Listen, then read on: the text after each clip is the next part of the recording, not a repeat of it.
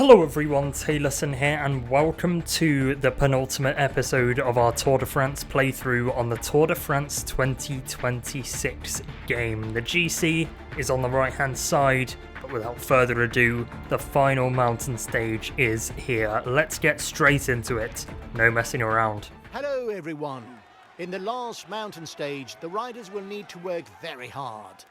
There's over 5,600 meters of elevation gain across the various mountain passes. The Croix de Fer, Télégraphe, Galibier, and the new Col de Sarenne climb. All these climbs are a chance for riders to secure their position or shake up the overall classification and go down in Tour de France history. The breakaway battle has been busy. We had Vacek, Verona and Skjelmose in the group, but both Vacek and Verona have been dropped. It's a group of 7 now at the front of the race, 4 minutes clear of the peloton behind, and Skjelmose is part of that group. We are coming towards the line for the first King of the Mountains point of the day, and Jai Hindley is the main name in this group. Johannesson has flown past us for King of the Mountains points. Will he be able to get there? The answer's no. Jai Hindley takes maximum points. But luckily, King of the Mountains is not our problem. The intermediate sprint, however, we will have a go at with Mattias Skjelmose in a group of now 10, and a group is chasing back on that includes Verona of 8. So that will be 18 riders up front, but we're going to focus on taking intermediate sprint points here. 20 on offer for the best rider across the line, and we are slightly boxed in. Johannesson squeezing us towards the barriers. I'd relegate him personally, but we don't win that one. Back into the mountainous terrain then, and it has been a crazy stage. We're only a minute ahead of the yellow jersey group, which is only 13 riders. Make that 11 as another group drops off the back, but Ayuso is now on his own in this group. Skjelmose at the front is about to run out of energy. He's stayed with Johannesson, Higuita and Hindley, but is about to blow up, so he will be dropping back to Ayuso to try and help him out in the best way possible, and we will now switch to Ayuso and focus on the GC. Ayuso, though, who is on a -1 day, and the last time we had a -1 day at this Tour de France was on Ancien Merlet, where we lost 3 minutes to Paul Seixas. We are recovering, but I'm not going to put enough time, I don't think, in today.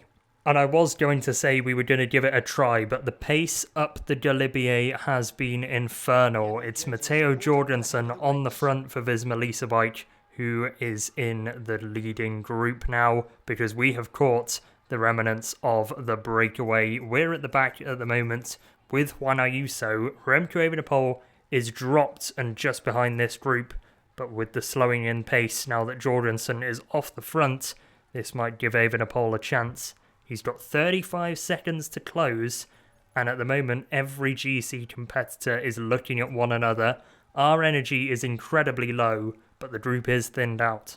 Just like in the real Tour de France, Ayuso is struggling. Skjelmose provided us a little bit of help, but has been dropped, and he is now in a chasse patate behind the leading group, now led by Richard Carapaz, but all of the best GC riders are in this group, locked together in battle, including 3 Red Bull Bora Hansgrohe riders, Hindley, Evenepoel and Lipovic, which is why I'm interested to see what their strategy is going to be, because at the moment they are not pressing on at all. But Ayuso has had a pretty poor Tour de France in real life. There have been a few mountain stages since we last spoke about the real life tour. Ancien Merlet saw a big stage win for Richard Carapaz, who is in this group and is fighting with us for 5th place in the general classification. And by our energy, he might just get it, you know. But either way, Pogacar is on the front in the yellow jersey and looks as if he's just toning the tempo down. Vingegaard is not on his wheel, he's right at the rear of the group, and I would be on his wheel personally because there's a little gap now that's gone, and Pogacar's saying, let's go. Jorgensen is not responding, neither is Jonas Vingegaard, and neither are the Red Bull Bora Hansgrohe riders in this group. There is a little response towards the front, but there's no real concerted effort to try and catch the yellow jersey, who goes clear on the Galibier. Is he going to do a performance reminiscent of the last time he went up Alpe D'Huez in real life?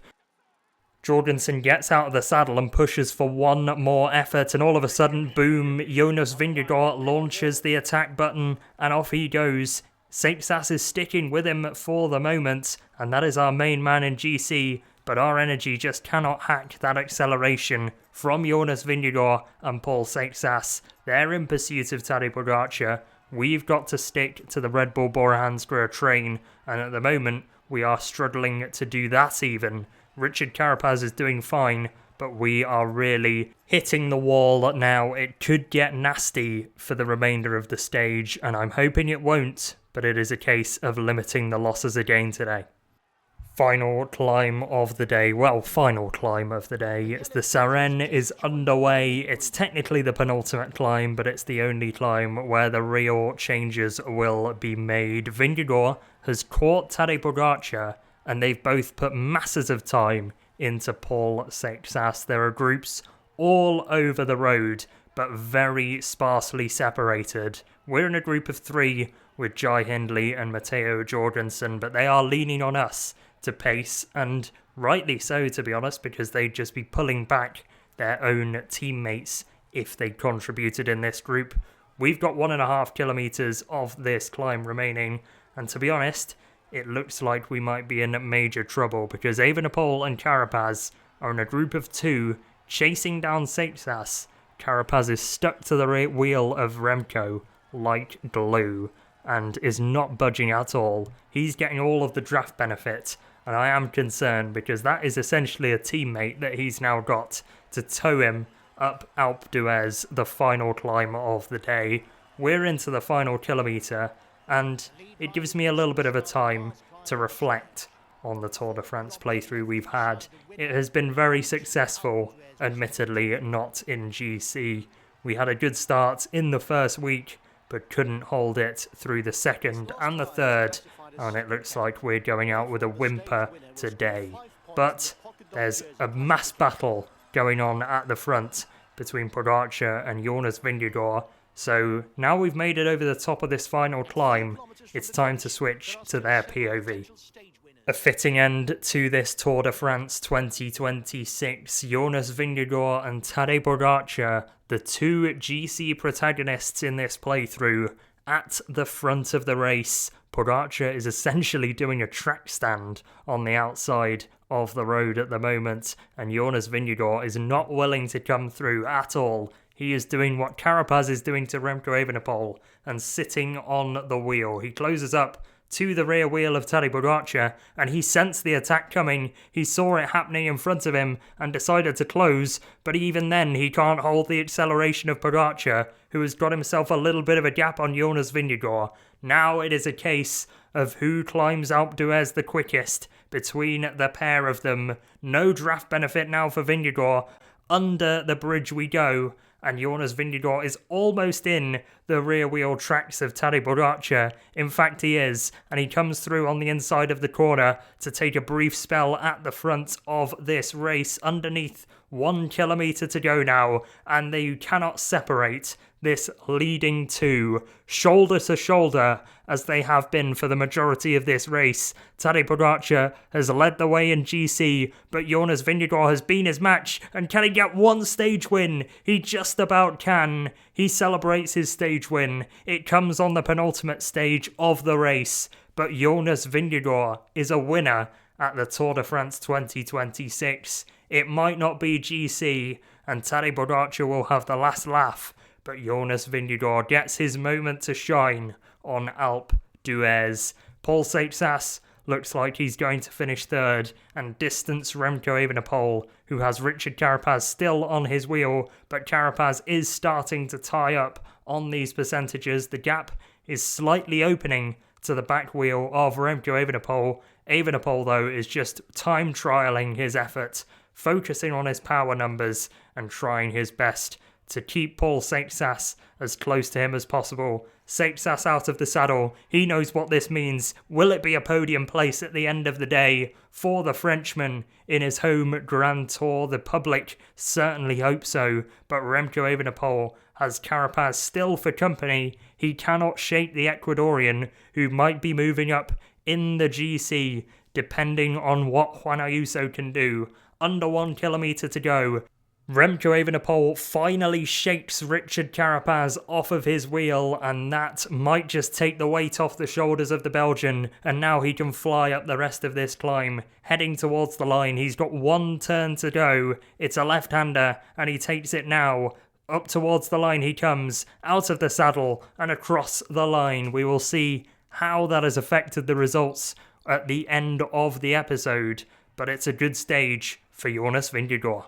Meanwhile, halfway down the mountain is Juan Ayuso, who might be seeing his 5th place crumble. It required a massive loss to Richard Carapaz, and at the moment, we might be getting that. It's so hard to tell. Florian Lipovic will be the next man over the line. In fact, he has crossed the line, and his teammate Jai Hindley is in this group, as is the teammate of the stage winner, Matteo Jorgensen, for Jonas Vingegaard. We're sat at the back of the group, and they sprint away. I'm surprised they've got energy to sprint, to be honest. We've got nothing left, and we will cross the line, having done our all throughout this Tour de France, but it might not be enough. He may finish second on GC, but Jonas Vingegaard can come away from this 2026 Tour de France with a stage win atop Alpe D'Huez. Tadej Pogacar did it in the previous stage, and Jonas Vingegaard does it on the penultimate stage. He wins ahead of Tadej Pogacar in second on the bike throw. Paul Seixas, look at the time gap. 4 minutes 28 to Seixas, 7:43 to Remco, 8 minutes 3 to Carapaz, and now we're into the tens of minutes. Lipovic at 11 minutes, Jorgensen at 17, Hindley at 17:16, and Ayuso at 17 minutes 20. The race has been completely decimated by Jonas Vingegaard and Tadej Pogacar, and that means, essentially, you could have just watched this episode for the GC gaps, because in the end, the GC looks like this. Tadej Pogacar wins the race ahead of Jonas Vingegaard, 2 minutes and 12 seconds down. Paul Seixas at 10 minutes and 59 seconds, nearly 11 minutes to the Frenchman in third. Remco Evenepoel drops to fourth at 13 minutes 39, and we lose out to Richard Carapaz, but I think we can get it back on the Montmartre stage. We've got the likes of Pedersen, Schroens, classic specialists like that can try and get us over the cobbles, so it's far from over for us, and I still believe we can have something to play for. We are behind Carapaz in the GC, but will we finish ahead of him by the time the race finishes? That will be for the next episode. Leave a like on this one if you did enjoy it. Subscribe if you are new to the channel, and stay safe, enjoy yourselves, and goodbye.